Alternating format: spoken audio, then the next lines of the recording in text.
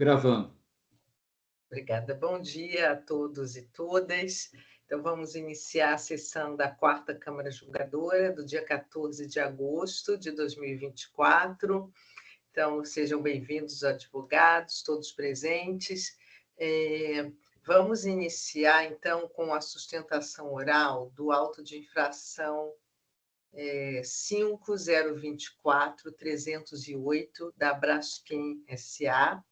Então, temos o advogado presente, o caso é de relatoria do Dr. Rubens de Oliveira Neves, e, então, Dr. Rubens, com a palavra para a sustentação oral do Dr. Eduardo, que eu já vou registrar aqui, gravar a sustentação oral. Obrigado, presidente. Bom dia a todos, doutor Eduardo. Esse auto de infração é de falta de pagamento de imposto para remessas para a Zona Franca de Manaus. Ele tem uma particularidade porque a legislação exige que a notificação prévia à lavratura do AIM tenha um prazo para atendimento, né, para apresentar aquela prova de internamento ou de pagamento do imposto. Se eu não me engano, são 60 dias, né, doutor Eduardo? Isso, são 60 Isso dias. mesmo, isso mesmo. Mas o auto foi lavrado, a notificação foi dada com 5 dias para o seu cumprimento, foi renotificado também novamente com esse prazo, e foi lavrado o auto de infração, então, anteriormente a esses 60 dias. Então, há essa discussão a respeito desta possível nulidade aí de caráter formal. Essa é a situação, senhores. Tá. Obrigada, Rubens. Então, só aqui para registrar que esse recurso é da Fazenda, né? Então, não tenho como gravar a sustentação oral do patrono, doutor Eduardo, porque aqui não dá acesso para gravar a sustentação oral do doutor Eduardo, sim, só do Pedro, que eu coloquei como ausente, acho que não vai fazer sustentação oral, né, Pedro? Então, só para registrar isso. Pode passar direto ao voto, né? Pode passar direto, né? Então, tá bom. Então, doutor Eduardo fica com a palavra, eu não gravei, mas tem aí seu tempo, né? Tá? Perfeito, presidente. Eu acho que o doutor Flávio levantou a mão. Flávio, sim. Presidente, se a senhora quiser colocar em despacho do processo para constar para o advogado, não sei se faz diferença para ele. É necessário, doutor Eduardo, porque eu já a palavra. Perfeito. Se não der muito trabalho, eu agradeceria, porque eu tenho um dever contratual de fazer essa sustentação, né? Esse é o problema. Tá bom, tá. Não é nem um querer, né? É um necessário. Sim, ok. Eu coloco aqui, eu tenho aqui a sua OAB, então tá aqui Perfeito. no pedido, tá? Eu Perfeito. quis registrar isso porque aqui, como não teve essa opção, né, no sistema, não, tranquilo. Está com a palavra aberta. Tá bom. Muito obrigado, presidente. Demais julgadores, um bom dia especial aí ao Bergamini, estimo suas melhoras, doutor Pedro, relator senhor Rubens e doutor Flávio, muito obrigado. Eu serei bem sucinto, eu acho que o resumo, doutor Rubens, eu acho que eu não conseguiria fazer um melhor resumo da questão. Ele diferenciou muito bem aqui que não se discute a questão de falta ou não de comprovação aí do ingresso, né, na Zona Franca de Manaus, e sim um erro na fase de fiscalização que prejudicou aí os prazos, inclusive com destaque maior aí ao fato de que a legislação exige uma intimação pós 120 dias, né, da questão do fato gerador, de ocorrência da operação, que seja aberto, franqueado ao contribuinte 60 dias para que ele comprove, recolha ou demonstre através de vistoria técnica que a mercadoria ingressou na área incentivada. Então, as notificações, eu vou descrever aqui depois aos senhores. A primeira notificação concedeu um prazo de 5 dias. A segunda notificação, mais uma vez, apenas 5 dias. E, assim, como agravante, vamos dizer assim, o auto foi lavrado antes de decorridos 60 dias. Não há nem que se falar que, olha, apesar da intimação ter franqueado 5 dias, houve o aguardo para a lavratura de 60 dias, isso não ocorreu, foi lavrado anteriormente. Mas quanto à decisão de primeira instância, ela andou bem, foi uma brilhante decisão que levou em consideração esses 2 pontos. Eu só vou ler um destaque aqui da decisão, que eu acho importante. Quanto à nulidade, o julgador ele coloca e considera esse auto de infração lavrado no dia 26/10, ou seja, menos de 60 dias da primeira notificação, o prazo, né, do parágrafo 9º do artigo 84 do anexo 1º do regulamento não foi observado.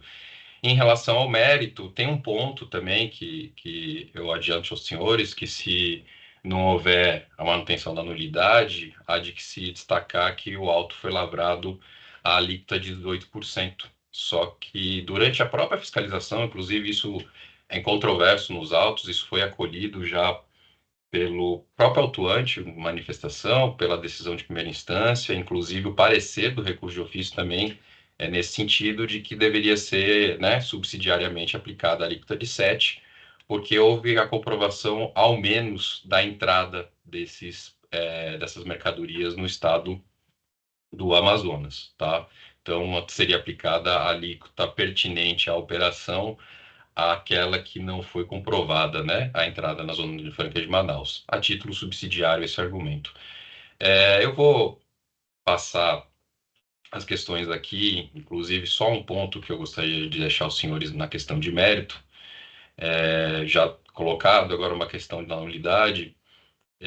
Eu aponto que o julgador de primeira instância ele teve um cuidado, né, não só de observar que não foram concedidos prazos regulamentares previstos expressamente da lei, mas também observou que o auto de infração foi lavrado há menos de 60 dias. Esse ponto está no parágrafo 10º da decisão, a qual o julgador diz: se considerarmos que o auto de infração foi lavrado no dia 26, ou seja, há menos de 60 dias da primeira notificação, temos o prazo de 60 dias não observado, tá? Então, assim, em relação a esses pontos, eu acho que está bem direcionada a questão. Eu só vou apresentar rapidamente aqui, até mesmo repisando, né, alguma parte dos argumentos aqui, em relação às contrarrazões apresentadas. A recorrida reforça as contrarrazões pelas quais a decisão a qual deve ser mantida.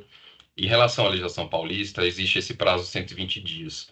O que é importante aqui é destacar aos senhores que esse prazo de 120 dias para a comprovação, ele precisa ter o seu decurso completo, para aí sim a legislação exige que haja uma notificação franqueando o prazo de 60 dias em relação ao contribuinte, apresentar aquelas 3 questões que eu apontei no início, que seria a prova da constatação em si, né, do ingresso, a apresentação do parecer em pedido de vistoria técnica, que é um procedimento alternativo, né, à questão do PIN, e a comprovação, né, em relação ao pagamento. Então, o que acontece? O mais interessante desse caso aqui, do ponto de vista da nulidade, é de que deveria ter sido franqueado ao menos o prazo de 60 dias para o recolhimento, né, do imposto e a comprovação desse recolhimento. E sequer isso foi, né? A gente pode tratar aí que as notificações não franquearam o prazo de 60 dias ou apenas 5 dias, porém também não foi observado o prazo em que o contribuinte teria para apresentar a prova do recolhimento. E, no mais, eu deixo a vênia dos senhores em relação ao mérito. A comprovação da entrada das mercadorias no estado do Amazonas é através de um documento, né, que eu conheço muito bem aqui a orientação do Tite em relação à comprovação do ingresso na Zona Franca de Manaus e a manutenção da isenção, mas em relação à comprovação da entrada no território e aplicação da alíquota de forma alternativa de 7%, esse documento estaria hábil a comprovar, e também nós apresentamos aqui ao longo do contencioso todos os CTEs atrelados às notas autuadas, onde há comprovação também que esses CTEs representam aí um frete, salvo o melhor juízo, aquaviário, demonstrando a entrada em Amazonas. Como disse aos senhores, eu entendo e conheço, né, a orientação aí majoritária do Tite em relação a qual seria a forma de comprovação, porém, pelo dever aqui de ofício, nós apresentamos nas contrarrazões ou durante todo o contencioso uma decisão judicial que trata que não só o PIN de ingresso seria ali, a declaração de ingresso seria o documento único de comprovação, e sim também daria para trabalhar com um arcabouço bem completo que nós entendemos que existe nos autos. Então, eu agradeço aos senhores, peço aí a gentileza que observem todos os argumentos apresentados na sustentação oral. Muito obrigado. Obrigado, doutor Eduardo. Então, doutor Rubens, eu gravei a sustentação como despacho, tá? Então, está registrado. Doutor Rubens. Tá certo, obrigado, doutor Eduardo. Bom, como vimos, a acusação é de falta de pagamento do imposto em remessas para a Zona Franca de Manaus, sem a comprovação do ingresso da mercadoria na área incentivada. A decisão recorrida cancelou a acusação fiscal por vícios ocorridos no trabalho fiscal relativamente ao prazo que deveria ter sido concedido ao contribuinte antes da lavratura do auto de infração. A decisão recorrida se manifesta assim. A autuada alega preliminarmente que haveria nulidade por descumprimento de requisito legal ao longo da ação fiscal. Bom, já estamos cientes, né, do que se trata. Então, a decisão recorrida continua. De fato, a primeira notificação ocorreu em 4/9 e concedeu prazo de apenas 5 dias. A segunda notificação em 12/9, mais 5 dias. E se considerarmos que o AIM foi lavrado em 26/10, ou seja, a menos de 60 dias da primeira notificação, temos que o prazo de 60 dias não foi observado, tá bom?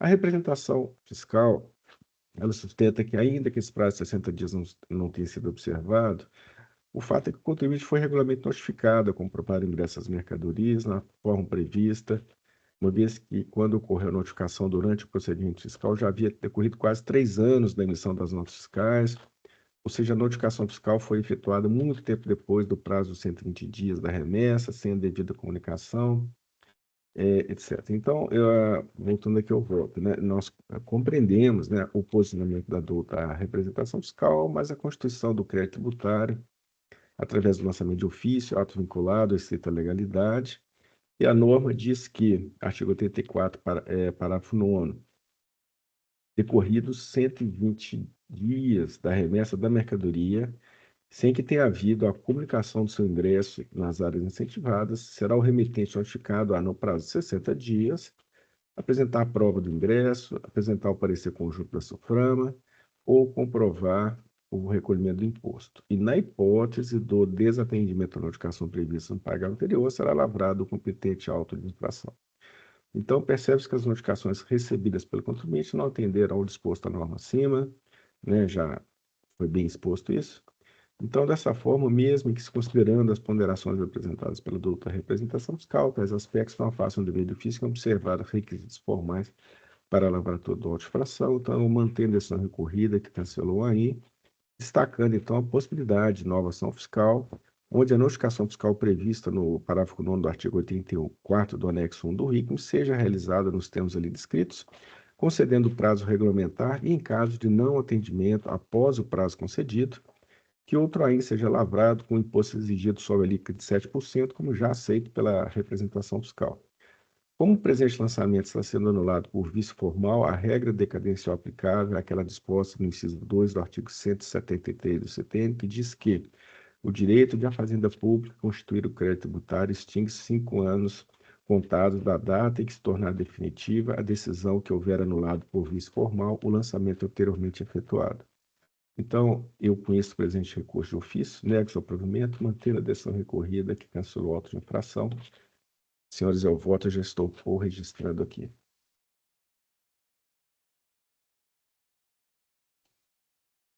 Ok, obrigada, Rubens. Então, estão abertos os debates. Senhora presidente, tendo em vista aí as peculiaridades do caso, né, a gente sabe que 3 anos depois já poderia ter sido comprovado, os 60 dias, faltariam aí uns 10 dias para dar os 60 dias, poderia trazer a comprovação no próprio processo administrativo e tributário, enfim, em que pese tudo isso, a gente defende tão arduamente aqui a legislação, o regulamento de ICMS e tal, a gente não pode deixar de defender nesse caso também. Então, eu vou acabar concordando com essa decisão, O fato gerador 2021, anulado pelo 1732 vício formal, tem mais 5 anos da anulação, quer dizer, dá para fazer outro auto de infração aí bem tranquilo e não incorrer nessas nulidades, porque ainda tem Câmara Superior, ainda tem Poder Judiciário, vamos perder aí na frente, não vamos correr o risco, não. Então, deixa anulado mesmo, vamos fazer outro. A gente está concordando com o senhor presidente. Obrigado. Ok, Pedro. Tá. Então, mais alguma manifestação? Agradeço aí a manifestação da representação fiscal, então podemos encerrar os debates, né? Acompanhando, presidente. Acompanhando. Sim. Também acompanho. Acompanho também. Acompanho. Ok, então verificando o quórum, passando à votação em seguida.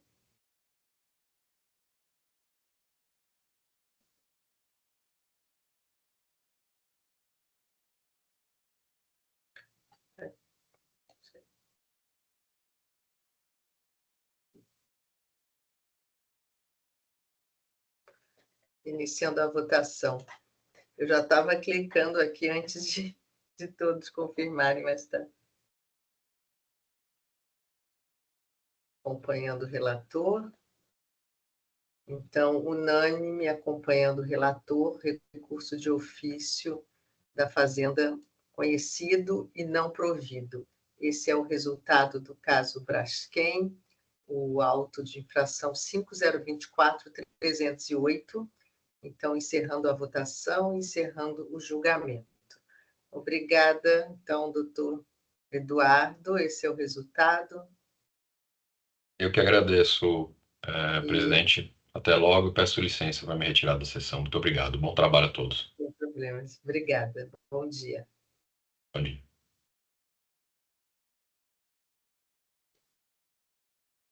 Então, encerrado esse julgamento, então agora vamos passar na sequência da pauta, o primeiro auto de infração. A doutora Thais vai fazer sustentação oral, né? É o auto 4143040 da CIMED Remédios. Então, eu vou gravar aqui a sustentação oral. O relator é o doutor Flávio. Realizada. O procurador, então, Thais de Barros. E você faz. Pedro, você quer que eu coloque aqui ou não precisa? Porque eu estava com o seu número, agora apareceu aqui. Então, coloca o RG aí. Você tem o meu RG, né? Sim, tá. E só coloca o RG quando tiver recurso de ofício, é suficiente. Tá. Então, gravando as sustentações orais. Então, doutor Flávio, para o relato, com a palavra. E a seguir, a advogada que fará a sustentação oral.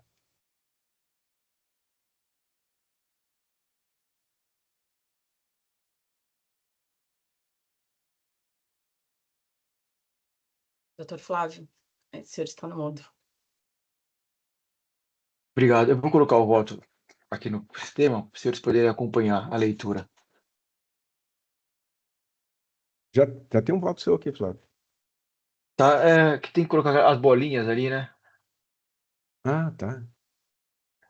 Deixa eu ver aqui. Muda.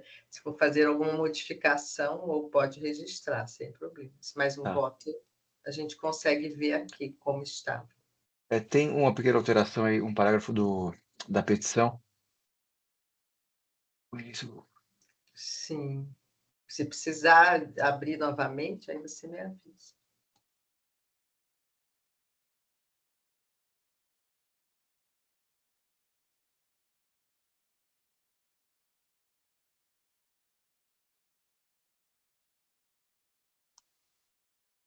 Bom, está registrado.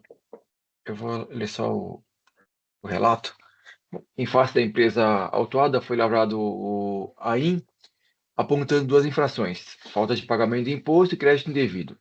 A autuada recorreu apenas da infração de falta de pagamento de imposto e transcrevo abaixo.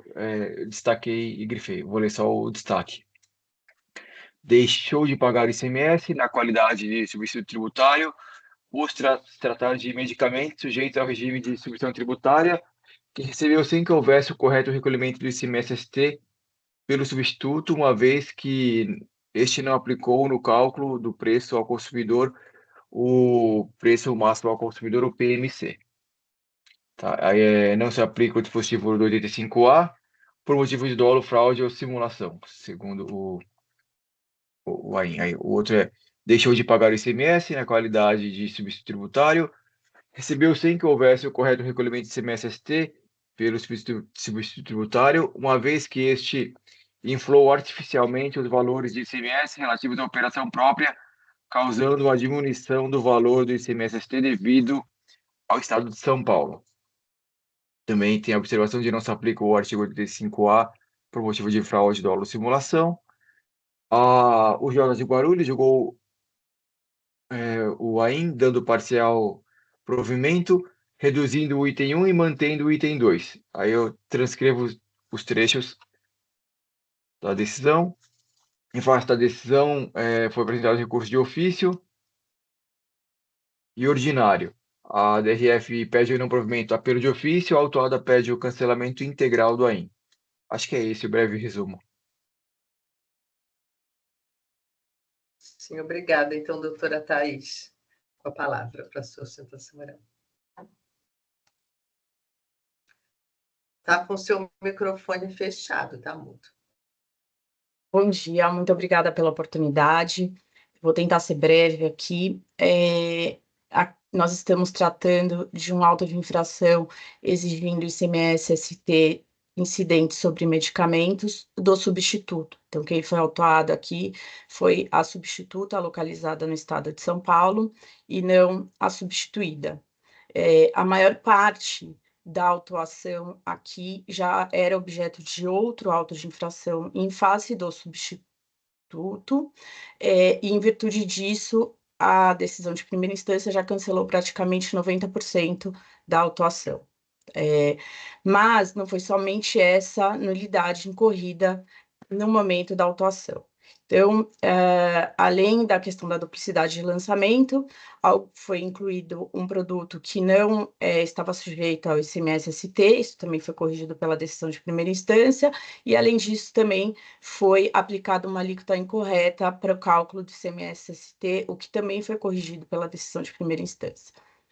Além disso, o auto de infração, ao descrever a base legal, ele indicou um dispositivo legal incorreto, que foi, entre aspas, corrigido pela decisão de primeira instância. A recorrente entende que essa correção não poderia ter sido efetuada via decisão de primeira instância, que o erro na capitulação deveria ter levado ao cancelamento integral do auto de infração. E, além disso, ainda com relação especificamente às nulidades, na medida em que houve o cancelamento de grande parte do auto de infração referente ao item 1, por essas notas fiscais serem objeto de outro lançamento, a consequência é que no item 2 do auto de infração, que também abarca as mesmas notas fiscais, deveriam ter sido cancelados os mesmos valores. Tá? Então, isso para falar das nulidades, a recorrente entende que essas nulidades deveriam ser suficientes para afastar a credibilidade da autuação e, consequentemente, levar ao cancelamento integral e não apenas parcial do auto de infração. Com relação ao mérito, um ponto relevante é que, como eu disse, esse auto de infração é lavrado contra a substituta e não contra a substituída e não contra a substituta, o que já tem sido afastado aí pela jurisprudência administrativa e judicial, já que a cobrança da substituta deveria ser sempre em caráter supletivo e subsidiário, que não ocorreu nesse caso, e a matéria de mérito pode ser dividida em dois principais blocos, que vou tentar ser muito breve aqui. O primeiro se refere exatamente com a possibilidade de adoção ao PMC que é o preço máximo ao consumidor como base de cálculo do ICMS, ST, no caso dos medicamentos, e a segunda se refere aos descontos que foram concedidos pela substituída a substituta. Então, em relação especificamente ao PMC-ST, esse Tribunal de Impostos e Taxas vem reconhecendo que esse índice ele não é um índice seguro e confiável para a determinação da base de cálculo do ICMS-ST. Por quê? Porque o PMC, como a própria sigla indica, é o preço máximo do consumo a ser praticado na venda de medicamentos junto aos consumidores finais. E esse valor ele é muito longe da realidade que é praticada na ponta final da venda dos medicamentos, ou seja, nas farmácias. A recorrente, durante toda a sua defesa, teve a oportunidade de comprovar essa discrepância entre o PMC e os preços praticados no final da cadeia. Inclusive, o auto de infração se refere a 2016, e mesmo se comparando o PMC de 2016 diretamente com o PMC existente na data do recurso, na data da impugnação, os valores eram muito superiores. O próprio Estado de São Paulo, reconhecendo aí essa grande diferença de realidade, em 2021 veio substituir o PMC pelo PMPF. Então, basicamente, o que o Estado de São Paulo fez? Ele recorreu às notas fiscais efetivas da venda de medicamento nos últimos 2 anos, antes de 2021, fez uma média e chegou a um valor de base de cálculo do ICMS-ST muito mais próxima à realidade do PMC. E esse procedimento poderia ter sido feito pelo fisco estadual muito antes, já que sempre essas notas fiscais eletrônicas estiveram à disposição do fisco. De qualquer forma, recentemente, a recorrente juntou ao seu recurso um laudo elaborado pela Tendências para demonstrar essa discrepância entre o PMC e o PMPF. Então, com isso, a recorrente espera que seja afastado o PMC como base para cobrança do ICMS-ST no caso de medicamentos, posição que já foi confirmada, inclusive, pela Câmara Superior deste Tribunal de Impostos e Taxas. Especificamente com relação aos descontos financeiros, como já relatado, a recorrente entende que esses valores deveriam ter sido cancelados, pelo menos com relação às notas fiscais que já foram abrangidas pelo lançamento contra a substituta tributária, porque isso já é capturado por aquele lançamento. De qualquer forma, o que a recorrente demonstrou ao longo do seu processo é que esses descontos financeiros, eles foram dados dentro da normalidade. E embora a fiscalização tenha tenha mencionado que tenha existido dolo, fraude ou uma atitude aí com o objetivo de burlar o fisco, em nenhum momento ela comprovou a existência desse dolo. Pelo contrário, o que se buscou foi inverter o ônus da prova para que a própria recorrente tivesse que comprovar a regularidade de operações que nem sequer eram delas, eram operações da outra parte. Por fim, ainda com relação a esses descontos, embora a fiscalização tenha trazido valores que alegações no sentido de que eles eram muito acima do mercado, que eram desproporcionais. No período objeto da autuação, esses descontos, eles abrangem operações que representam aproximadamente 17% da autuação, ou seja, a gente não está falando de todos os valores, muito pelo contrário, a gente está falando de uma parcela pequena dessas mercadorias que foram objeto da autuação, e dentro dessa parcela pequena, alguns descontos sequer chegam a 20% de desconto, que é esses descontos que foram aplicados, eles são inclusive praticados com partes independentes. Então, eram essas as alegações que a recorrente gostaria de fazer. Muito obrigada.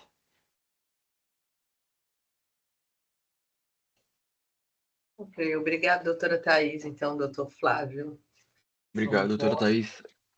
Vou passar ao voto. Então, preliminarmente, eu não conheço o parecer juntado com petição de 8 de agosto de 2024. Como 2 a mais aqui. Por ser serode, por não haver justificativa apta a admitir seu destempo. A utilização do PMC será tratada ao longo do voto.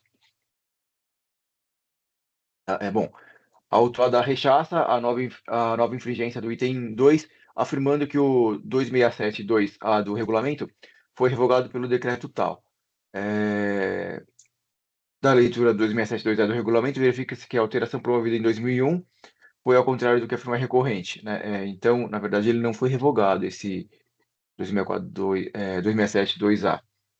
Tá? A alteração promovida pela decisão singular não traz nulidade ao AIM. A consulta infracional perdão, a conduta infracional aqui.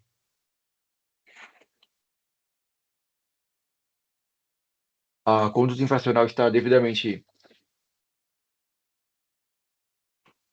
descrita no relato da infração, já transcrito, e no relato circunstanciado. A indicação de que a autuada autuou de maneira fraudulenta está descrita em ambos os documentos. A legislação determina a possibilidade de correções no AIM quando nele constarem elementos suficientes para se determinar com segurança a natureza da infração e a pessoa do infrator. De acordo com os dispostos nos artigos 11, 12, 13 e 14 da Lei 13.457 de 2009, não há nulidade a ser declarada. Todos os elementos para se determinar a natureza da infração e a pessoa do infrator estão presentes. Aí eu transcrevo o trecho do relatório circunstanciados que adiciona informações ao relato da infração. Eu transcrevi alguns textos, destaquei, eu vou ler uma parte. A CIMED Remédios, localizada no estado de São Paulo, tem como sócios João Adib Marques e Carla Marques. E a CIMED Indústria de Medicamentos Limitada, localizada no estado de Minas Gerais, tem como sócio o João Adib Marques e Carla Marques. E Mariana Barbosa, configurando, portanto, serem empresas do mesmo grupo econômico. A CIMED Indústria utiliza-se de 2 artifícios para diminuir drasticamente o valor do ICMS-ST, devido para São Paulo. O primeiro consiste em não utilizar para algumas mercadorias os valores do PMC. Tá? Esse é um. O segundo, a CIMED Indústria de Medicamentos Limitada de Minas Gerais, ao calcular o imposto devido por ST para o estado de São Paulo, infla artificialmente os valores dos produtos vendidos à empresa CIMED, Remédios. Notificamos o contribuinte a comprovar a liquidação financeira das 50 maiores notas fiscais de compra entre as empresas do grupo. As notas fiscais de venda nem sempre são integralmente liquidadas financeiramente. Para liquidar contabilmente o lançamento, é aplicado um desconto financeiro que chega a 50% do valor das notas fiscais de venda. Notificamos a CIMED Remédios a informar o valor e comprovar que os descontos financeiros obtidos foram lançados contabilmente como receita financeira, o que deveria ser o procedimento correto a ser adotado caso o suposto desconto financeiro tivesse realmente sido absorvido pela CIMED Indústria de Medicamentos de Minas Gerais. Ela responde que lança os descontos financeiros na conta outros custos de mercadoria vendida e que depois esses valores são lançados na conta transitória de resultado do exercício. A própria empresa reconhece contabilmente que o valor da mercadoria adquirida não é aquele descrito nas notas fiscais, o que fortifica a crença de que os descontos foram concedidos apenas para desinflar os preços das compras e trazer o custo da mercadoria para o seu real valor. Notificamos ainda os sócios da CIMED Remédios, que são os mesmos da CIMED Indústria de Medicamentos, a apresentar o livro de registro de apuração da CIMED de Minas Gerais, para verificarmos se o ICMS cobrado na operação anterior foi efetivamente recolhido ou se existe algum benefício fiscal que diminua a sua carga fiscal. A empresa negou-se a cumprir a obrigação, alegando que deveria ser emitida um OSF diretamente à CIMED Indústria.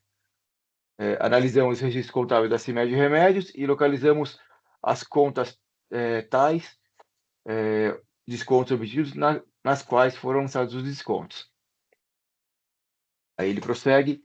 notamos claramente o dolo da empresa na não utilização do PMC do ICMS-ST, visto que para alguns itens foi corretamente aplicado o PMC, para outros não foi, com o intuito específico de recolher menos imposto. Fica ainda cristalino que, quanto aos descontos financeiros cedidos, trata-se de mera simulação visando lesar o fisco. Bom, então, devido relatado, então eu afasto a nulidade na alteração da capitulação da infringência, porque ele já constava no relato infracional, tá? E no relatório circunstanciado. A autuada alega que a lavratura do AIM contra a CIMED Remédios, e não contra o substituto tributário CIMED Indústria, resulta em duplicidade de cobrança. Aduz que o substituto foi fiscalizado e disso restou o AIM tal, que teria o mesmo fundamento do presente AIM. Em sua impugnação, a autuada alegou que a duplicidade atingiria itens do item 1 e que os mesmos produtos e mesma base de cálculo do AIM tal e tal, tá? Daquele e deste. A existência de duplicidade de cobrança dos débitos foi objeto de diligência determinada pela unidade de julgamento de Guarulhos, sendo elaborado o novo demonstrativo 1. Somente os itens de medicamentos que não foram objetos de lançamento naquele AIM. Agora, a autuada aduz que tal situação, verificada pela fiscalização e pela DTJ, que acolheram o pedido para excluir 90% dos valores objeto dessa atuação, tá?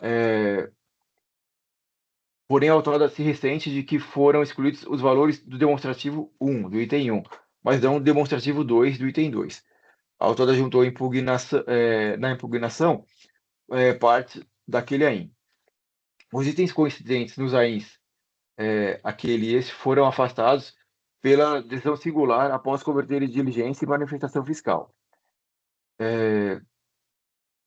Aquele AIM possui apenas um item e cobra a diferença entre os IVAs utilizados pelo contribuinte nas notas fiscais tais, nas notas fiscais elencadas, e os artigos 294 da portaria CAT referente aos IVAs de ST.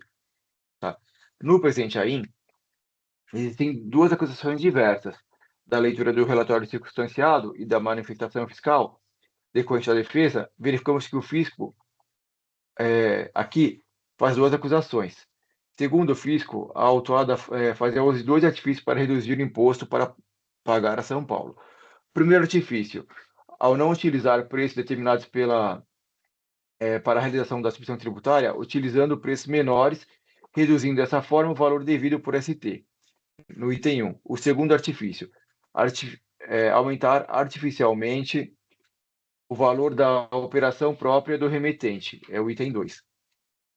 Considerando que a ST é feita presumindo-se um valor de operação futura sobre a operação substituída e dela subtraindo o valor da operação própria do substituto, percebe-se que as duas condutas acima descritas são independentes e reduzem o valor do imposto a ser recolhido a título de ST.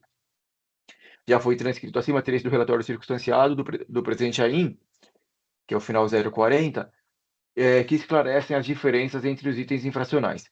Não há duplicidade de cobrança entre os itens 1 e 2, também não há identidade entre o item 2 deste AIM e o único item do AIM de final 3360, 336. A autuada aponta na eleição do sujeito passivo, tal argumentação foi trazida na defesa e o jogador assim se manifestou. A autuada aponta erro na eleição do sujeito passivo, né? Tá, foi afastada lá. A legislação tributária determina que o imposto poderá ser cobrado do substituído, como no presente caso. Anote-se que estamos diante de um caso no qual o fisco afirma haver fraude para reduzir o imposto devido. Os artigos 128, 66C da Lei 6374 e 267 do regulamento possibilitam ao fisco essa cobrança. A autuada foi notificada de recolher imposto e não o fez. Tá? A autuada alega a ausência de motivação do AIM, fazendo uma série de indagações sobre o critério utilizado na apuração do crédito tributário. A acusação está clara e explícita no relato do AIM e no relatório circunstanciado, do qual transcrevo partes. O que, embora torne o voto enfadonho, é a melhor maneira de demonstrar a existência da nulidade, a inexistência da nulidade mais uma vez alegada. Bom, Eu transcrevi um trecho do relato do AIM, mas eu vou evitar a leitura agora, acho que a leitura anterior já é suficiente. Os critérios utilizados para a apuração do AIM, com o detalhamento do critério quantitativo da autuação, estão demonstrados no demonstrativo 1 e 2. Nesse demonstrativo, são especificados o documento fiscal, o produto e o item do produto do documento, as alíquotas utilizadas e a elaboração do cálculo. Também foram juntadas cópias das folhas do livro Razão da Autuada e soa despropositado alegar que desconhece as suas operações e que a sua escrituração contábil e fiscal. Entendo que o dolo alegado pelo fisco restou comprovado na descrição do modelo da fraude adotada pela autuada. DC. Utilizar de descontos fictícios que possibilitam o menor recolhimento do imposto para os cofres bandeirantes. A utilização pelos sócios da empresa mineira CIMED Indústria para reduzir o imposto que deveram ser pagos por empresa paulista, CIMED Remédios, está claramente no campo do dolo. Os mesmos sócios utilizam empresas do mesmo ramo, com o mesmo nome, e deixam de utilizar o PMC determinado pela legislação tributária e, mais grave, forjam descontos fictícios que reduzem o valor do imposto a ser recolhido e só pode ser classificado no campo do dolo. A alegação de ausência de controle de qualidade é tumultuária e protelatória, que já foi esclarecido no curso desse processo administrativo a existência do controle de qualidade, como constou na decisão recorrida e que eu transcrevo abaixo. A autuada poderia requisitar vistas ou cópias do expediente citado, mas não demonstra que o fez, prefere alegar uma nulidade inexistente. Ainda, complemento com controle de qualidade é ato administrativo interno, sua ausência não macularia o AIM de qualquer nulidade. Não se aplica o prazo para a homologação do crédito tributário previsto no 150, pois há dolo na conduta da autuada, como esclarecido acima, o que impossibilita a aplicação do dispositivo. A autuada alega que a multa deveria ser capitulada no 85.1c. Aí eu comungo do entendimento do julgador singular. Presente o dolo, resta evidente que a autuada não emitiu e escriturou regularmente o documento fiscal. Não há que se falar em levantamento fiscal no presente caso, o imposto foi apurado nota a nota, operação por operação, como consta nos demonstrativos 1 e 2. O imposto está sendo cobrado da autuada em razão da utilização dolosa de artifícios para a redução do imposto. Os artifícios foram utilizados em conjunto pela CIMED Indústria e pela autuada CIMED Remédios, que possuem sócios em comum. Não se cobra complemento de imposto pago nos termos do artigo 265 do regulamento, mas sim imposto não pago por se utilizar de base de cálculo prevista na legislação e simulação de descontos. Tá, aqui. Nesse sentido, a decisão atacada alterou a capitulação da infração do 265 para o 267 do regulamento. A possibilidade de alteração de capitulação foi tratada acima, sendo afastada qualquer nulidade. Não há o que discorrer mais sobre a capitulação da infração no artigo 265, em razão da alteração efetuada. O artigo 267 possibilita a cobrança do imposto do substituído. Foi efetuada a notificação para pagamento antes da cobrança através de AIM. Desde a lavratura, o fisco aduz que houve dolo e fraude na conduta da autuada. Nem sabendo que os descontos não integram a base de cálculo do AIM, não é disso que se trata. Os descontos foram afastados pelo fisco porque verificou-se que são fictícios, fraudulentos e simulados. Fossem os descontos legítimos, não teriam sido afastados. Os descontos foram feitos em desacordo com as práticas contábeis, foram simulados entre empresas do mesmo sócio apenas para reduzir o imposto pago ao fisco bandeirante. Tenho o mesmo entendimento da decisão atacada, razão pela qual peço licença para transcrever trecho e incorporá-lo ao voto. Bom, aqui eu transcrevi um trecho dos descontos financeiros, né, aí que ele efetuou, que na verdade a autuada não conseguiu comprovar esses descontos, né, que não foram pagos, né, ela pediu, inclusive, o fisco notificou, inclusive, o pagamento do imposto do Estado mineiro também não foi trazido. O dever de provar é do fisco. Este comprovou que os descontos foram simulados, pois em total desacordo com a lógica comercial e contábil.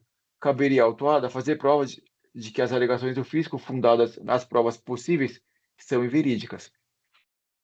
O dever de provar encontra limites. Um deles está na prova de fatos negativos. A autuada pretende que ao fisco recaia a obrigação de provar fatos negativos, a prova diabólica. Nesse caso, o ônibus de afastar a prova do fisco caberia à autuada, através da produção de provas positivas. A autuada possui os documentos que comprovariam a legitimidade de descontos, ainda que concedidos em descompasso com a lógica comercial, contábil e fiscal.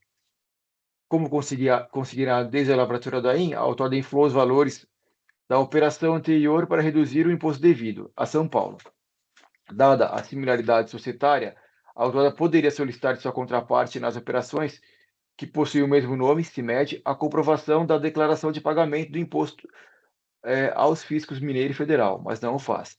Alegar que são empresas distintas ou que não possuem tais documentos por excesso de prazo a meu sentir, aproveitar-se da própria torpeza, utilizar-se da fraude perpetrada para sua defesa. Ainda que não realizasse descontos fictícios em todas as operações, nas que eles foram realizados, é de rigor o afastamento dos descontos. Poderia a autuada trazer as informações de que sua fornecedora, CIMED Indústria, empresa com os mesmos sócios, revende para todos os seus clientes com semelhantes descontos. Descontos esses que possuem lógica comercial e econômica, pois os recebe de seus fornecedores também. Afastando assim o que o fisco nesse processo,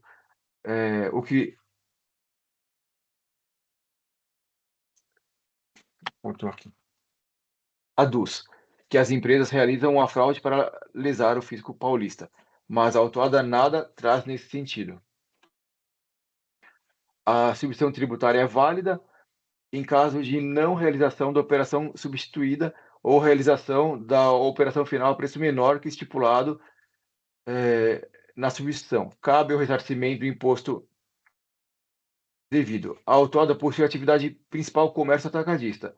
Não se discute nesse aí qualquer valor a título de ressarcimento de imposto retido por substituição tributária. Matéria estranha a este aí. Não se está exigindo complementação de imposto retido por ST.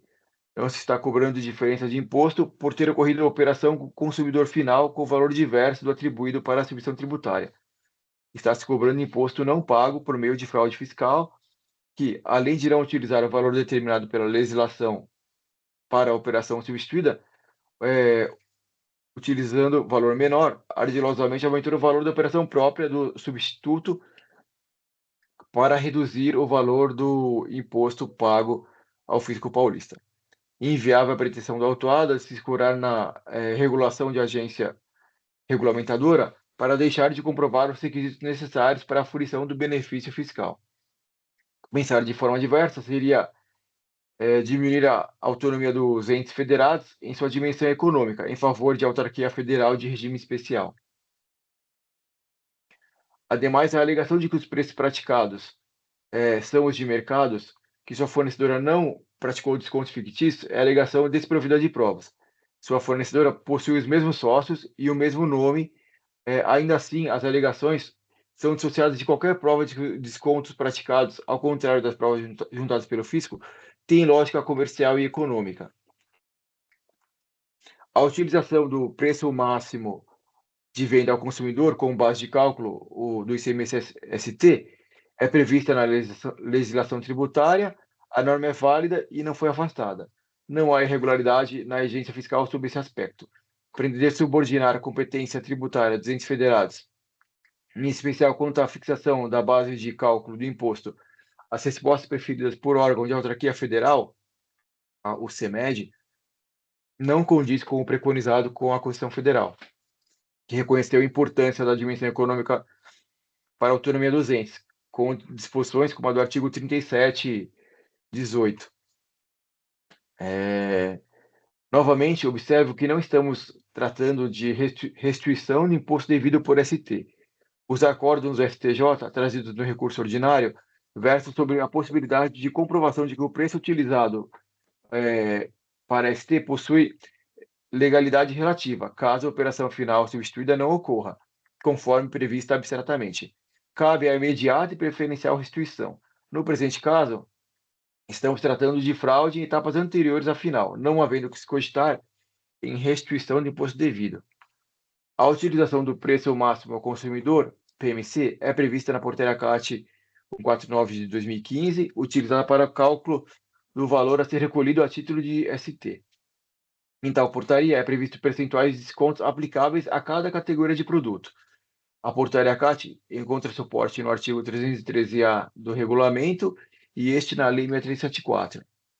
O Poder Executivo reconheceu que o PMC é superior ao preço praticado no varejo e na portaria CAT 149 já determinou descontos aplicados ao PMC. Caso a operação final, num caso concreto, apresente um desconto maior que o já previsto na portaria CAT, o substituído terá direito ao ressarcimento do imposto. Como já falamos, não é disso que se trata neste aí. Conforme previsto na portaria CAT 149, consignado na decisão que indeferiu o recurso ordinário 486 de voto do Dr. Rubens, também neste AIM, a base de cálculo do imposto exigido não é o preço máximo ao praticado ao consumidor, pois sobre tal valor foram aplicados redutores que o adequaram à realidade do varejo. Em relação à base de cálculo prevista na legislação, que é inferior ao PMC, devido aos descontos previstos na portaria CAT 149, a autora deixou de aplicá-la, o item 1, e ardilosamente reduziu o imposto devido por ST, no item 2. Então, ressalto que os julgamentos desse TIST é vedado o afastamento de lei, ressalvados os casos previstos na 13457. A acusação é clara e precisa, descrevendo a infração cometida. Da leitura da infração, tem-se todos os elementos necessários ao lançamento de ofício, segundo 142, liga-se o fato gerador, da obrigação correspondente, a matéria tributável, o montante de tributo devido, os jeitos passivos e a penalidade aplicável, havendo perfeita subsunção dos fatos ocorridos e da norma descrita no AIN inaugural. Como acima tratado, o provimento parcial da impugnação da autuada, com redução da exigência fiscal ou alteração da capitulação da infringência, não invalida a integralidade do AIN. Sobre o ônus da prova, já expus acima meu posicionamento. Não é cabível a redução da multa nos termos do 92 da Lei 6374 a imposto cobrado nos dois itens do AIN. Não bastasse isso, a conduta da autuada é dolosa. As multas são previstas em lei, sendo vedado seu afastamento. Com relação aos juros, em razão da revisão da súmula 10, devem ser aplicados os juros conforme a súmula 10 revisada. Então, eu dou parcial provimento ao recurso ordinário para aplicar os juros conforme a súmula 10 revisada. A possibilidade de atualização do valor básico das multas foi objeto de súmula desse tribunal. Então, devido à súmula 13, eu afasto a alegação. Então, eu conheço e nego o provimento ao recurso de ofício, conheço e dou parcial provimento ao recurso ordinário, para aplicar os juros conforme a súmula 10 revisada. No mais, sem reparos na decisão recorrida. Presidente, se a senhora puder abrir para mim, eu tenho que colocar de novo, tive alguns pequenos erros que eu vou corrigir. Ok, claro, já abri, já está aberto para edição. Na verdade, doutor Flávio, se puder corrigir, acho que houve mais um equívoco, doutor, quando registrou o voto. Está não provido, Está trocado, né? O recurso de ofício é não provido e o recurso ordinário é parcialmente provido. Realmente, é um dos pontos mesmo. Isso, por favor. Obrigado. É isso.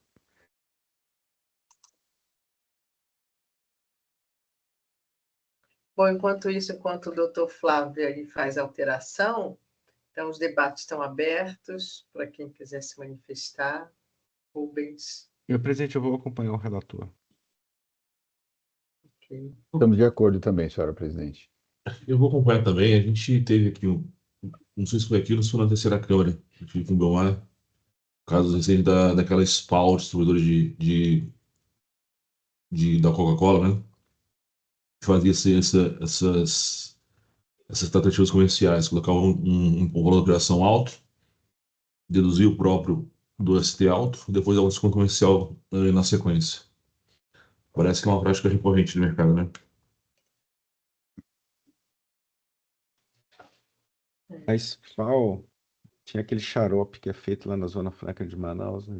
É isso mesmo, né? 5 vezes Um dos maior que o pontos da normal. história é esse. Vinha com um ST, jogava o valor da operação lá no alto, para fins fiscais, o próprio maior deduzia ST, só que dava um desconto logo em seguida comercial para adquirente, então o valor pago era menor. E aí você tinha manipulação de base, né? Essa Eu situação acompanho. de remédio nossa, nossa, é para todo lado, né? Temos alguns, né? Que esse caso é bem, eu achei um pouco diferente, né? De outros de remédios também. Acompanho também o doutor Flávio, achei que está bem fundamentado o voto, né? Está bem esclarecido todos os pontos aqui, que eu acho que eles têm peculiaridades, né?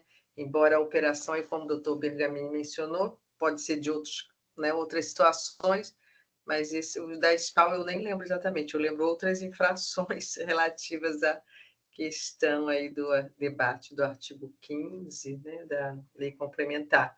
Mas, de qualquer forma, eu acompanho também o relator. Então, vou encerrar os debates. Já finalizou, né, o registro, né, doutor Flávio? Sim, tá finalizado. Já está aqui registrado. Então, Muito- encerrando aqui os debates. Muito obrigada. Do quórum. Os jogadores, peço Vamos licença. votar agora, Vamos verificar retirar. o quórum e Ah. votar. Está certo, vamos já ainda votar, tá? Ah, tá. Formalmente, né? E aguardando, assim, iniciando a votação.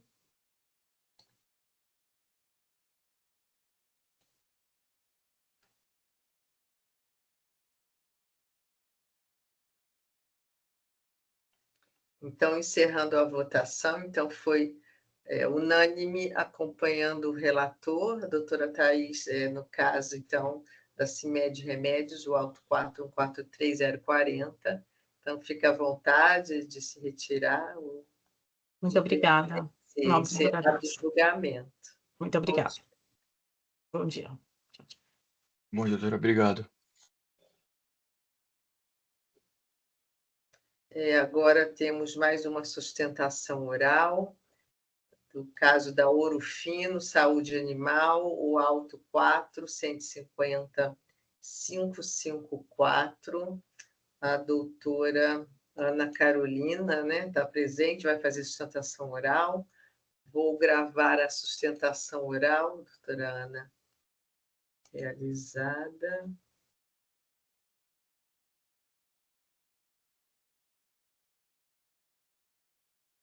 Então, aqui gravada a sustentação oral, eu sou a relatora, e então vou passar a leitura aqui do relato, né?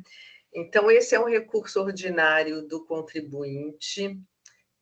A decisão julgou parcialmente procedente o AIM, apenas limitando a taxa de juros ao patamar da Selic. São duas infrações fiscais.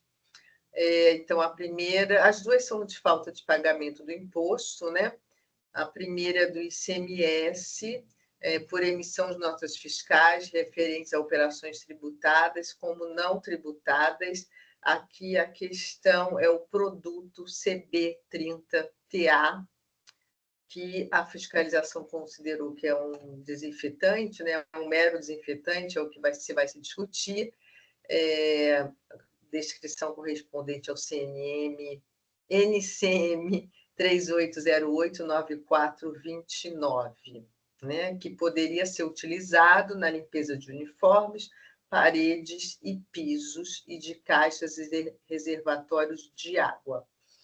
E a infração 2 também é falta de pagamento do ICMS na qualidade de substituto tributário, por se tratar de saídas internas de materiais de limpeza, conforme artigo 313-K do regulamento.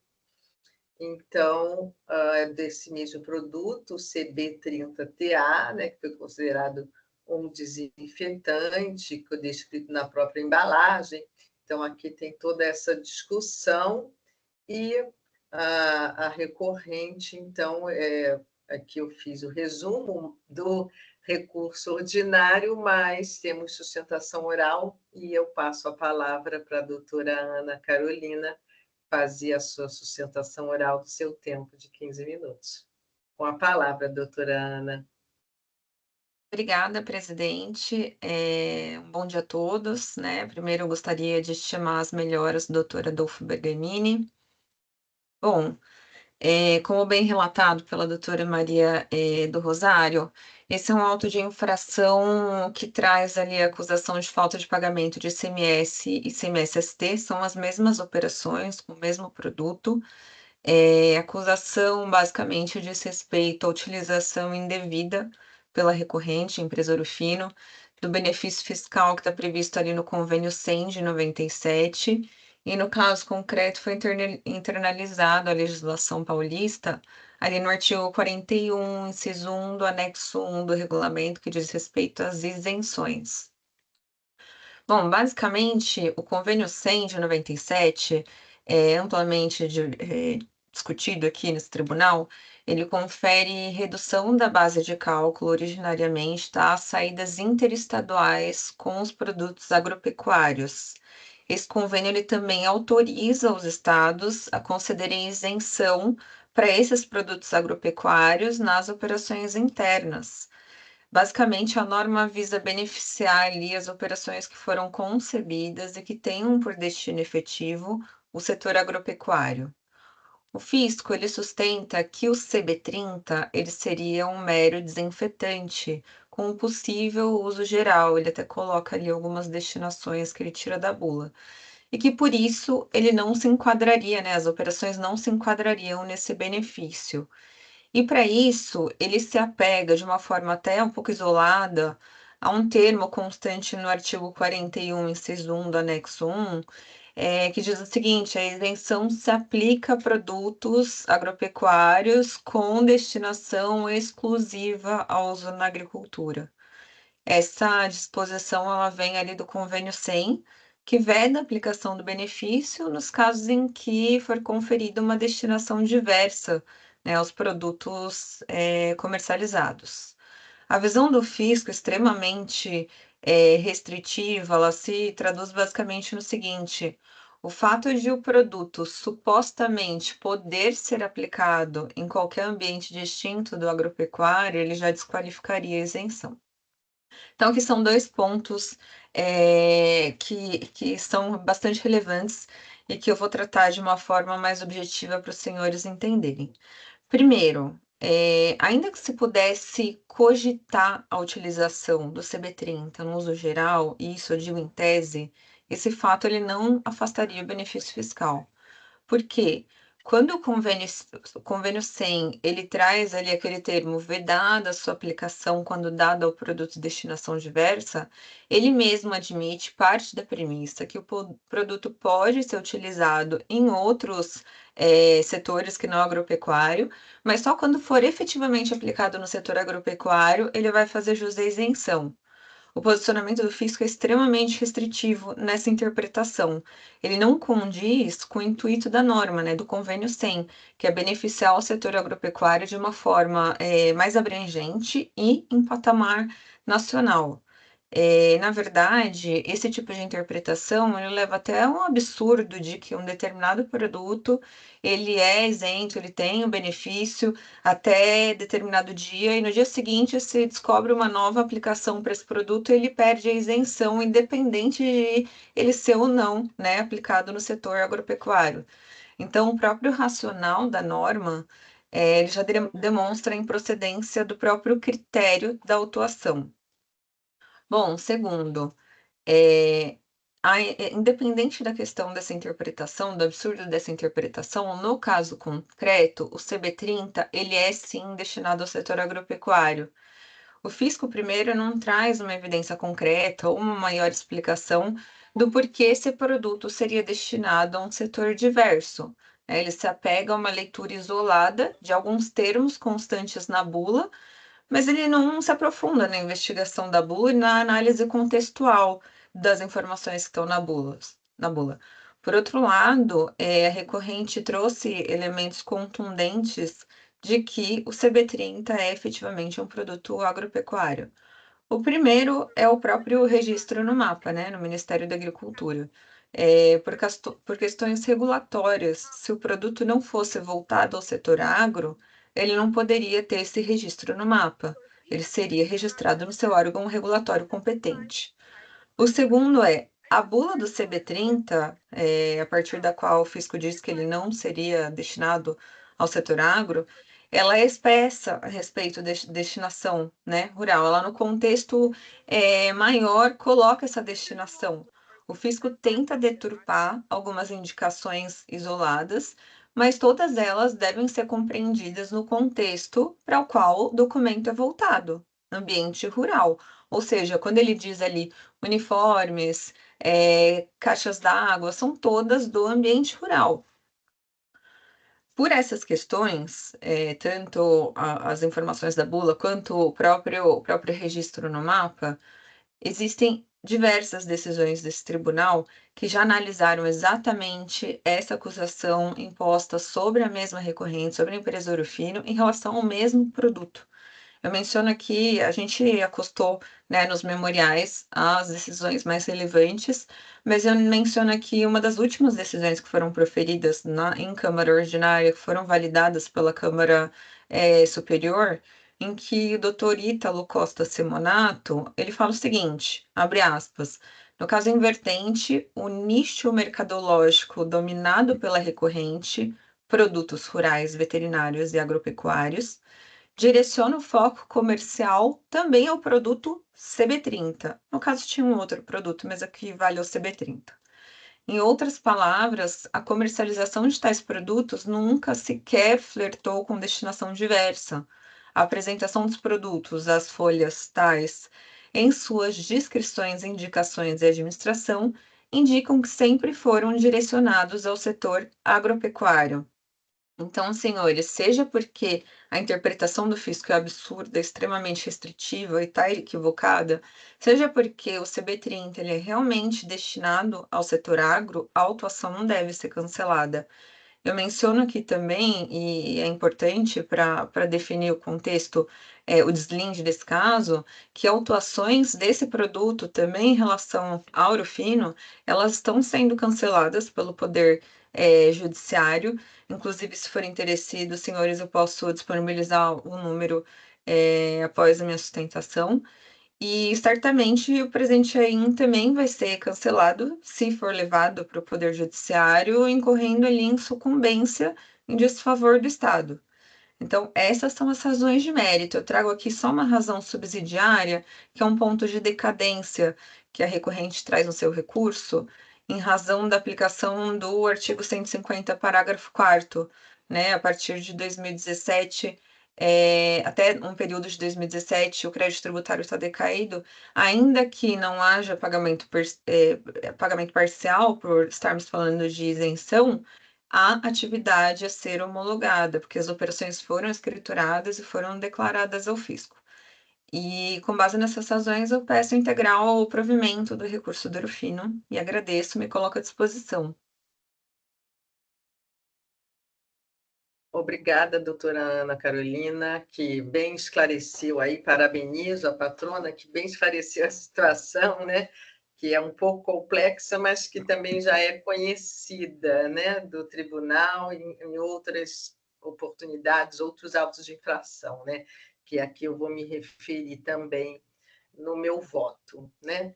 Então, passando ao voto, eu digo que já nas alegações da relatora, né, da patrona, como também já, né, explanada aqui na sustentação oral, ela aponta preliminares sobre a decadência do crédito parcial, né, uma parte a partir de setembro de 2022 e vício na fundamentação. Inicialmente, eu afasto essas preliminares, nesse momento, entendo prejudicadas, e vou passar o mérito, porque eu entendo pelo cancelamento do AIM, então, cancelamento das duas infrações, como eu vou fundamentar aqui no meu voto. Mas, se vencida quanto a isso, eu adentro nessas duas questões, né? Então, aqui menciona a questão do suposto vício do artigo 142, como foi levantado, e entendo que há essa prova suficiente. Mas, já indo ao mérito, né? Então, nesse momento, não adentrei na decadência, então, aduz a autuada que o produto CB30TA é um desinfetante destinado ao uso no combate de fungos, bactérias, vírus e esporos que acometem os animais e as instalações agropecuárias por suas propriedades antissépticas. E sua destinação ao setor agropecuário teria sido demonstrada pelas provas técnicas, tais como licenças concedidas pelo Ministério, né, o MAPA, e a sua bula. Então, a questão, né, e como a doutora Ana Carolina colocou, né, tem a questão da interpretação, né, do convênio e do artigo 41, inciso 1º. Então, a questão em discussão cinge-se à destinação exclusiva à agropecuária ou não, né, que é a que a fiscalização entende, do produto CB30TA, se estaria abarcado, então, nesta isenção. Eu entendo com razão a autuada no que tange ao mérito. Aí aqui cito o convênio 100, né, transcrevo a redação do convênio, grifando a cláusula 3ª a respeito da isenção do ICMS, com relação às operações internas, né, dos produtos que foram mencionados na cláusula 1ª do convênio. Então, transcrevo o artigo 41, inciso 1º, do anexo 1 do regulamento, que internalizou, então, o convênio, né? Também menciono a interpretação da representação fiscal, no sentido da fiscalização, né? Como manifestação também do fisco, e digo, a autuada comprova com os documentos juntados as licenças concedidas pelo Ministério da Agricultura, Pecuária e Abastecimento e a bula do produto que o produto CBA30, no caso em análise, tem destinação exclusiva na agropecuária nos termos do artigo 41, inciso 1º do anexo 1 do regulamento. Também destaco o artigo 313-K do regulamento, que prevê as saídas internas com as mercadorias destinadas na acusação, sujeitas à substituição tributária, que esse é o inciso 2 do auto de infração, e digo, a Câmara Superior já se pronunciou favoravelmente ao contribuinte em diversas oportunidades, em casos similares da mesma autuada, Ouro Fino, né? E cito aqui 2 julgamentos, trazendo ementa e excerto de julgamentos que foram bastante relevantes com relação especificamente à mesma situação do mesmo produto. Então, cito o processo DRT 06402-8545, relatoria do Dr. Alberto Podgaek, em 25/3/2021. Aí destaco a ementa com relação a esse produto, quer dizer, também teve outras infrações, né, nesses e em outros autos de infração, mas citando aqui especificamente deste produto, e também foi mencionado neste mesmo voto o auto de infração 4020-249, voto vencedor do doutor José Orivaldo Pérez. Então, também trouxe esta ementa deste voto, né, que foi também citado no auto de no julgamento deste caso a que me referi, da relatoria do Dr. Alberto Podgaek, e trecho, né, até longo trecho do voto, né? E digo, nesse diapasão, com relação ao mérito dos itens 1 e 2, por estarem conexos, entendo com razão a autuada, com fundamento na jurisprudência deste TIT, conforme acima destacada.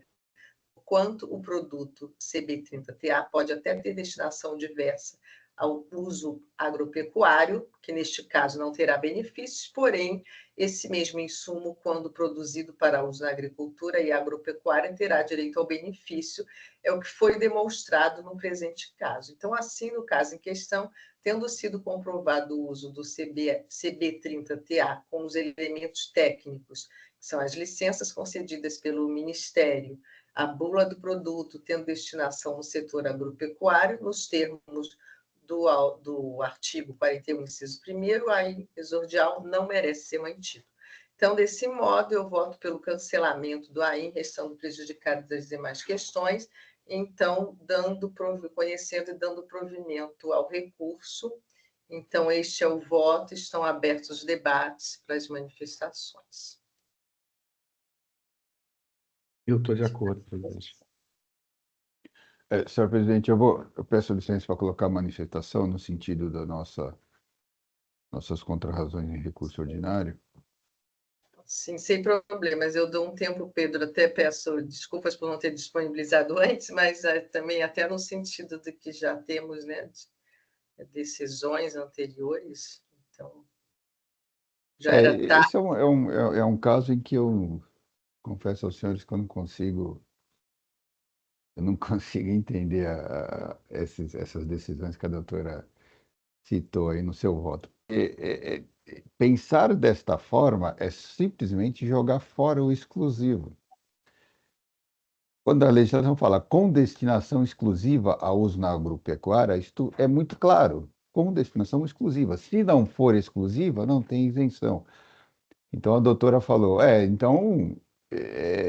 simplesmente se do dia para a noite se achou uma nova destinação, então não é mais exclusiva? Sim, não é mais exclusiva. Sim, não tem mais a isenção. É isso que diz a norma. A norma não diz nada diferente disso. Então eu não consigo entender. Votar dessa forma é a mesma coisa que retirar, considerar sem efeito a expressão com destinação exclusiva que está na lei. Simples assim. Mas, enfim, eu vou colocar o meu jus esperneandi aqui no processo. Acho que nem precisa ler, mas, enfim, vamos lá. Solicitar aqui, Pedro? Não. Isso. Assim, com todo respeito à manifestação fiscal, é uma questão de interpretação, né? Do inciso, né? Do convênio do artigo 41. Então, não é tão diretamente, é interpretação mesmo, né? E o que se quis fazer com isso aqui é incentivar a agropecuária, entendeu? Então, se o produto vai só para a agropecuária, ok, beleza, vamos isentar. Se ele serve como alvejante, como outras atividades, então não vamos, ele não tem direito à isenção. Ainda que, neste caso, esse produto seja utilizado para a agropecuária, aí você não há que se falar mais em incentivo, porque você faz simplesmente o uso desse medicamento ou desse produto em outros casos para os quais você não vai recolher o imposto. Mas, E enfim. nesse caso teria uso exclusivo, né? De acordo com a interpretação mesmo. Mas acho que não precisa nem ler, viu, senhora presidente, porque na mesma linha das nossas contrarrazões de recurso ordinário, que a doutora até citou em seu voto, então nós vamos por essa linha, tá bom? Obrigado. Sim, tá bom, ok. Mas se quiser ler também não tem problema. Não, já é conhecida a nossa posição. Obrigado. Eu acompanho a presidente, porque como trata do produto específico, né? Esse CB30, já tem decisões da Câmara Superior quase unânimes, né? Teve uma divergência em relação a esse julgamento, então acho que a posição do tribunal está meio consolidada já, então eu estou acompanhando.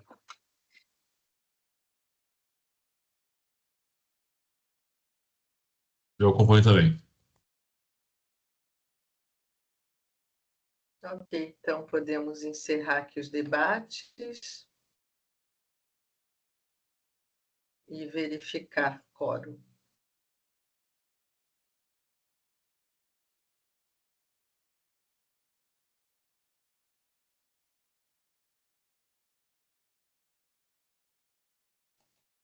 Iniciando a votação.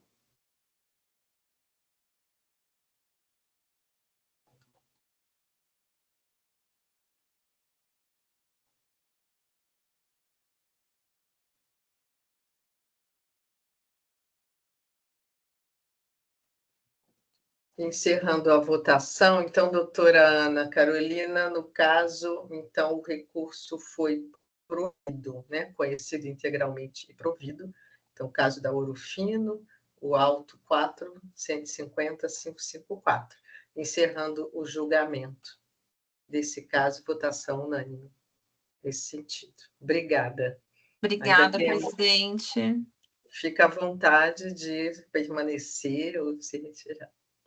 Obrigada, presidente. Obrigada a todos aqui presentes. Eu vou pedir licença para me retirar. Um bom dia a vocês. Obrigado, bom dia, até logo. Obrigada. E temos mais 2 casos, né? Que não temos mais advogados presentes, que não tem sustentação oral, né? Então, seguindo aqui a ordem, o auto 5024.160, Martina Plogger, relator, doutor Flávio.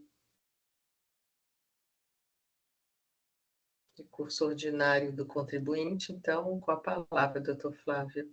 Tá. Então, o 64, né? Ah, 160. Não, 160. 160, 160, Tá, 160, O outro tá. é do Rubens. Do Rubens. Então, é bem similar ao do Dr. Rubens, né?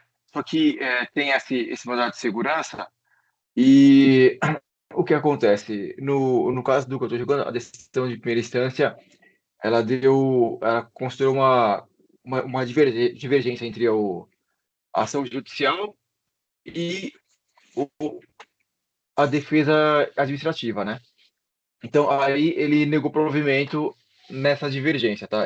A divergência seria, até eu vou colocar aqui, a utilização do método da equivalência patrimonial para a confecção do balanço patrimonial, tá? E o mandado de segurança é suspender e determinar que a implementada se abstenha, a implementada da Fazenda, né, de exigir o recolhimento do ITCMD sobre a doação das cotas da pessoa jurídica recebidas pelo impetrante com base no valor do patrimônio líquido supostamente agitado pelo valor de mercado, tá, dos ativos, que integram o ativo não circulante da sociedade. Então, a decisão recorrida ela entendeu que esse ponto, tá, não está é divergência. O método da utilização da equivalência patrimonial, tá? Ela entendeu que isso não teria a ver com ajuste ao valor de mercado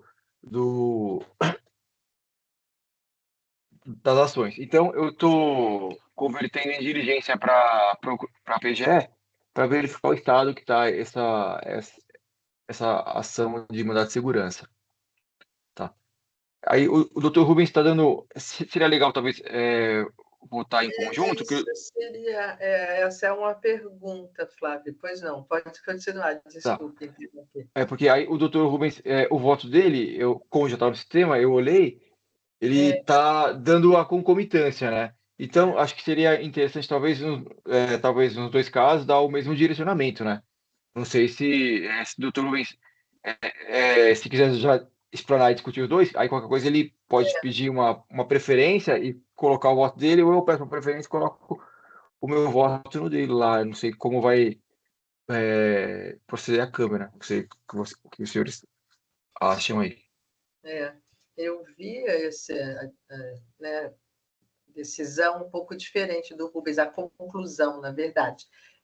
De qualquer forma, então, eu já vou aqui anunciar esse outro auto, é o auto 5024.164, Martina Plogger, relator Dr. Rubens de Oliveira, então, o recurso ordinário também do contribuinte. Doutor Rubens, com a palavra, porque aí acho que dá para a gente fazer um julgamento, né? Eu tenho aqui uma posição, mas vamos ouvir, doutor Rubens.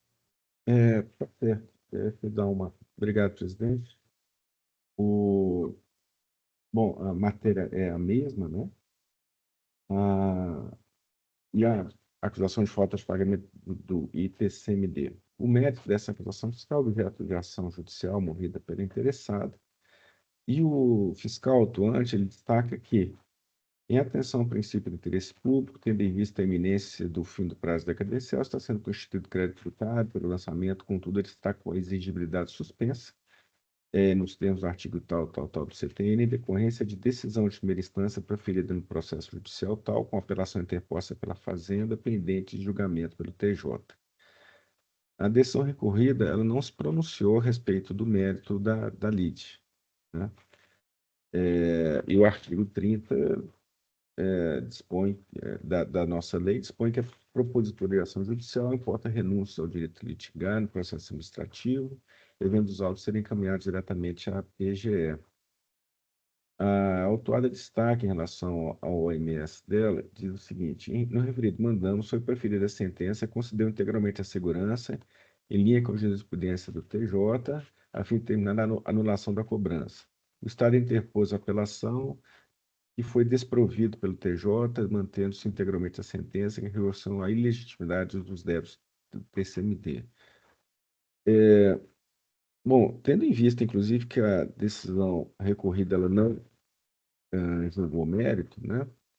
Eu deixei de conhecer, inclusive, do recurso ordinário e estou, então, solicitando a remessa dos autos para a PGE.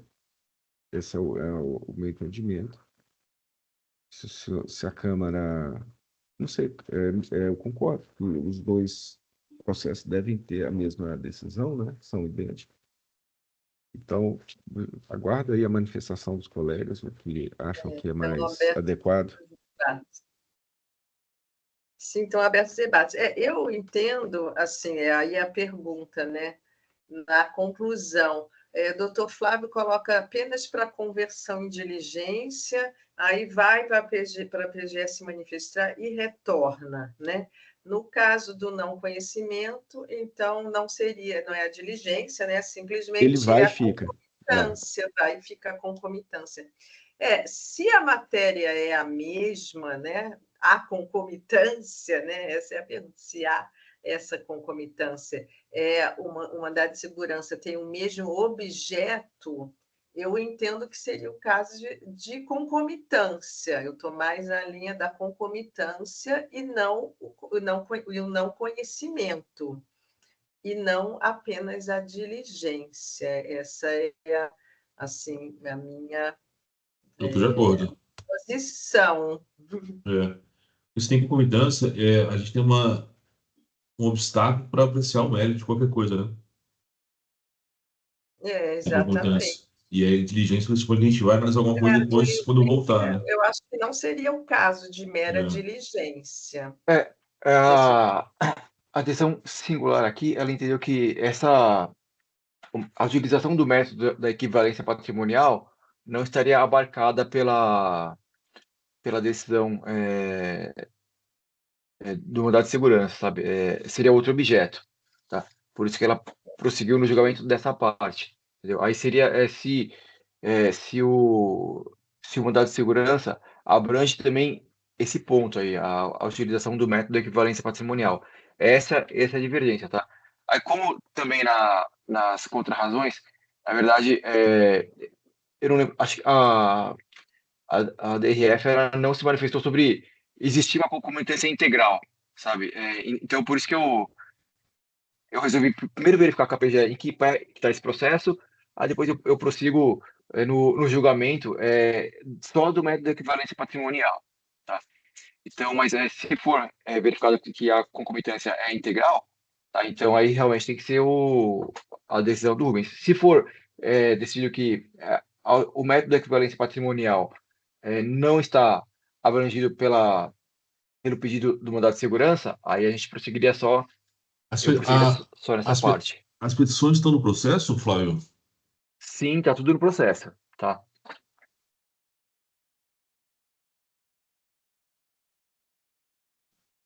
Então, Então, eu dei uma olhada.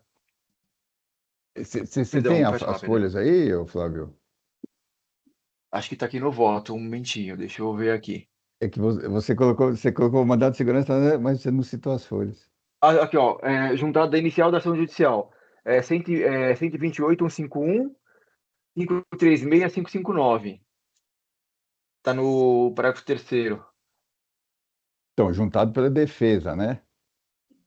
Isso, entendeu? Aí seria um Então, ponto para eu mandar para a PGE, né? Para falar em que pé que tá, sabe? Esse tipo de coisa aí, entendeu? Sabe, para ela se manifestar. Como é juntado pela defesa e a PGE não se manifestou ainda nesse processo, seria essa a razão da diligência. Agora, pelo que eu olhei, o que está lá, realmente, eu acho assim, dá para se entender o que entendeu a decisão singular de que o método da equivalência patrimonial não estaria abarcado no pedido deles, tá? Mas se o pedido deles for provido, que é o cancelamento integral do auto, também é indiferente, entendeu? Por isso que eu resolvi converter em diligência. Mas agora, se for entendido que nem o Rubens colocou, aí acho que seria interessante direcionar os dois do mesmo jeito. Eu estou vendo aqui a, a peça aqui recursal do contribuinte, né? Eu não vejo ele apontando esta matéria distinta, né? Eu estou passando rapidamente aqui, como isso parece que não foi objeto do recurso, ele não se manifestou assim que haveria alguma matéria distinta, né? Aqui no auto-infração e no MS, então eu concluí que não haveria matéria distinta, né? Como ele não alegou, eu não plotei os dois ali, eu mesmo lado a lado, para ver se tinha alguma coisa diferente. Então, assumi que não havia, como o julgador singular aqui nesse processo entendeu também que estava tudo abarcado e nem conheceu da defesa dele, né?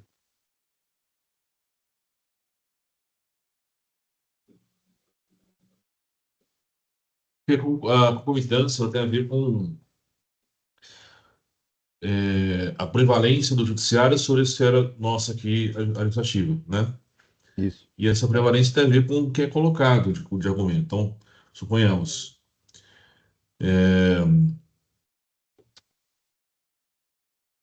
que o contribuinte vá ao judiciário para falar que um dado imposto não é devido porque é inconstitucional, alguma coisa do gênero. Mas há um outro fundamento que autoriza o fisco a cobrar. Então, a eventual decisão judicial por um fundamento não afeta o outro. Esse é o princípio que a gente tem do tal do distinguish, né?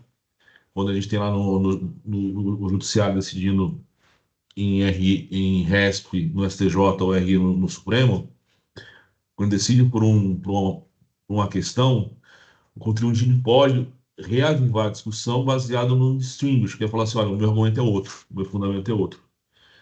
Então, o fato de um tributo ser tido como constitucional e inconstitucional no judiciário por um argumento não inviabiliza a rediscussão por conta de um outro fundamento. Se a gente fala aqui que existe uma discussão judicial a respeito desse TCMD por um viés, e existe um outro fundamento que pode viabilizar a nossa esfera administrativa, me parece que não tem concomitância. Concomitância tem a ver com identidade de objeto e causa de pedir. Se a causa de pedir é diferente, a causa de pedir é o que motiva a discussão, né, o argumento. Se a causa de pedir é diversa, eu tenho uma situação de distinguish, que autoriza que nós façamos a análise do recurso ordinário aqui no TIT. O que vocês acham? Bom, exatamente, Benjamin, como ele não apontou isso, pelo menos aqui no meu processo, né? Eu não, de meu ofício, eu não fui procurar algo que fosse diferente, né? Então, aqui também ele não apontou, mas o que ele reclama na ação judicial é o seguinte, é que o fisco arbitrou um valor de mercado para as cotas e deveria ser o valor patrimonial.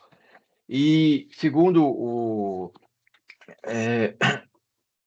utilizando-se o método da equivalência patrimonial, o valor patrimonial seria outro, entendeu? Seria o que o fisco falou, segundo o entendimento da decisão singular, entendeu? Agora, por isso que ele jogou só essa parte, a utilização do método da equivalência patrimonial. Para chegar ao valor patrimonial correto, deveria ser utilizado o valor patrimonial. E a ação judicial fala o seguinte, ó, você tem que usar o valor patrimonial, não o valor de mercado. Tá? Aí o auto de infração está falando o seguinte, ó, o valor patrimonial, utilizando-se o método da equivalência patrimonial, é o que está no auto. Tá? Então, é essa divergência aí. E aí, no recurso ordinário, e na defesa administrativa, ele fala, ó, você não pode usar esse método de equivalência patrimonial, tá errado. Entendeu? É isso. Aí, se a gente for entender que não há concomitância total, eu tenho que retornar os autos para a defesa aqui, porque a defesa não conheceu, né? Quer dizer, Sim, ela exatamente. admitiu a defesa, não é que não conheceu simplesmente, mas ela falou, ó, não há prejudicado a análise médica, concomitância, e não julgou nada. Exatamente, por isso que eu tô falando. Tem que ser interessante a gente, já que deu essa coincidência de cair os dois na mesma câmara, inclusive na mesma sessão, então a gente dá um encaminhamento igual. Aí, se for decidido assim que vai pela concomitância, a minha sugestão é que o juiz coloque uma preferência e vai concomitância. Se for seguir pela não concomitância, se for o caso, até coloca uma preferência e vai assim, ó, não há concomitância com tal, tá? E aí a gente segue a não concomitância. Mas acho que o ideal seria dar um andamento só. A diferença da concomitância ou não é isso, que assim, na ação judicial, no MS, ele fala assim, ó, você tem que usar o valor patrimonial, não pode usar valor de mercado. Aqui no auto de infração, ele fala assim, ó, utilizei o método de equivalência patrimonial, tá? Para chegar no valor patrimonial. Não utilizei o valor de mercado. Só que o método de equivalência patrimonial, no fim, é você pegar praticamente o valor de mercado, entendeu? Só que é o método de reavaliação do patrimônio. Você não faz assim, ó, não considera o patrimônio, eu considero o valor de mercado. Você reavalia o patrimônio mesmo. No final, é quase a mesma coisa, mas é um pouquinho diferente. Pô, se ele tivesse, assim, só em suma, assim, se ele tivesse recorrido da decisão aqui, minha, no meu processo, e apontasse, olha, não é concomitância total, existe matéria distinta, eu quero que isso seja julgado aqui, ok. Como ele não se manifestou nada a esse respeito, eu tendo a manter a concomitância, né, e como o julgador singular aqui entendeu também, e mandar para a PGE, deixar o judiciário bater o martelo lá. Eu sou pela concomitância, porque inclusive o autor do feito lavrou dessa forma, né? Só para constituir, para prevenir a decadência, citou o mandado de segurança, e o próprio autor do feito entendeu que há concomitância e ela, a autuada aqui na peça dela, fala, no referido mandamos foi preferida a sentença que concedeu integralmente a segurança em linha com jurisprudência, anulação da cobrança e tal. Então, para mim é a mesma coisa. Eu sou pelo não conhecimento. Eu também, eu estou Tá bom, entendendo, o Rubens entendendo pela concomitância. Tá bom, então Tá certo. eu achei que isso era controvertido nos autos, né? Já que não é controvertido, então acho que a gente não pode Doutor mudar, Flávio, né? o senhor quer mudar ou você quer que eu peça uma Ah, preferência lá no seu processo? põe uma preferência, Rubens, pode ser? Acho que é Pode. melhor, aí todo Um mundo já minutinho só, acompanha. então. Deixa eu ir lá. Deixa eu... Eu vou fazer uma coisa bem básica, tá bem? Já que isso não é controvertido, então acho que vale a posição do Rubens, né? Pela concomitância, é isso, né? É. Isso, eu estou entendendo nesse sentido também, do Rubens.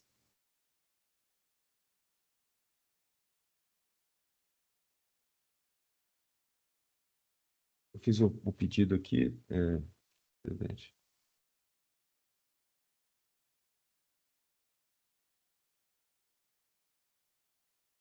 Eu vou conceder, eu estou voltando que eu estava em outro processo. Sim, eu também. Estava no outro, só um instante.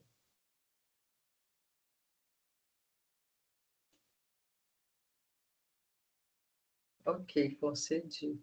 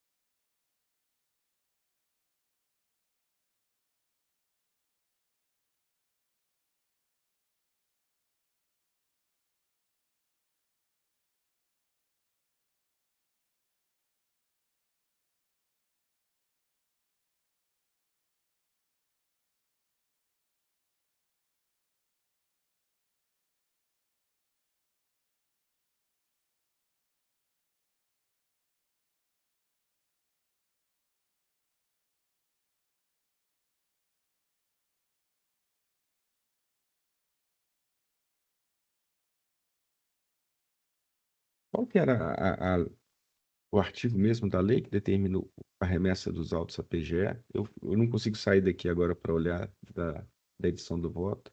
Acho que é 30, né? Está no seu voto, não é isso? Tá, é que eu não consigo sair da edição para ir lá olhar no meu Vou voto. voltar aqui, acho que é 30, deixa eu só 30. confirmar. 30, ok. 30.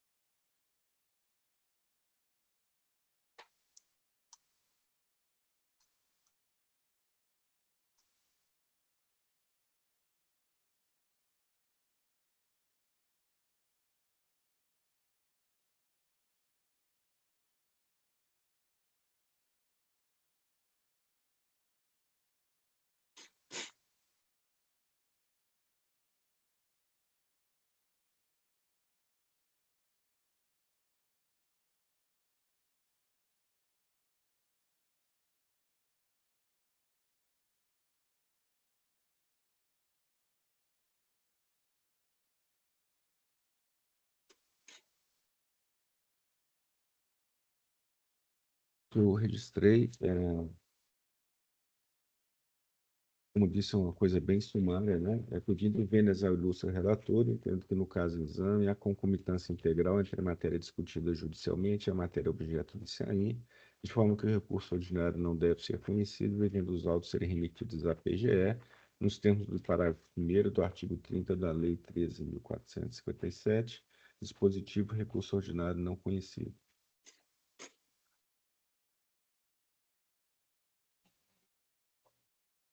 Ok. Mais alguma colocação? Então, podemos encerrar os debates e passar para a votação. Então, voltando aqui, né, o caso o primeiro, é o auto 5024-160, Martina Plogger. Então, encerrando os debates, verificando o quórum.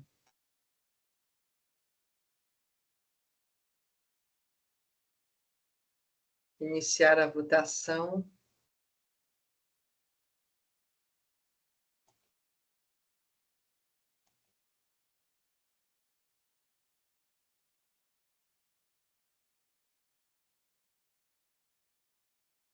Então, encerrando a votação, foram 3 votos com o Dr. Rubens, né? E pelo não conhecimento do recurso ordinário da Martina. Então, esse é o voto vencedor, não conhecimento. E agora, então, encerrando o julgamento desse caso, e vamos passar ao outro, o segundo, da Martina, é o auto 4024164, mesmo autuado, Martina Plogger, relator Dr. Rubens. Então, podemos encerrar os debates, né? Passar a votação. Presidente, eu só vou colocar uma preferência para informar que eu vou acompanhar o Dr. Rubens tendo em vista os debates dos processos claro. tais e tais. Tá certo.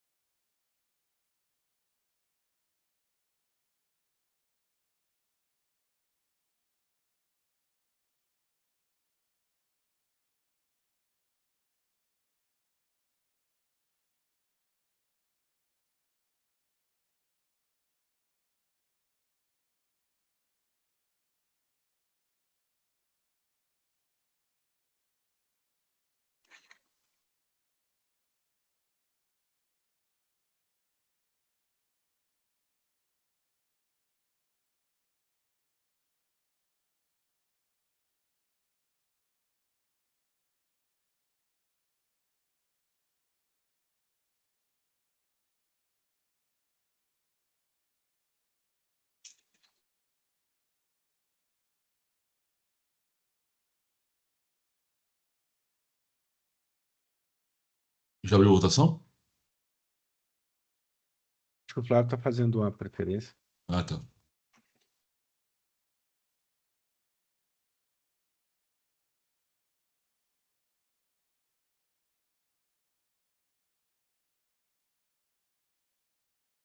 Rubens, é não conhecido o que você colocou, é isso? Não conhecido.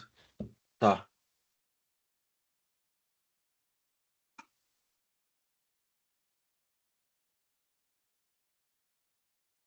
Tá registrado.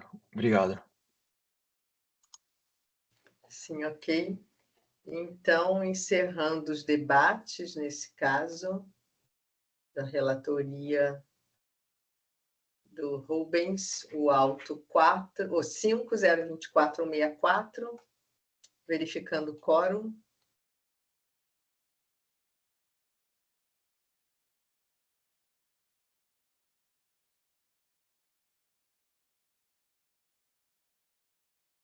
Iniciando a votação.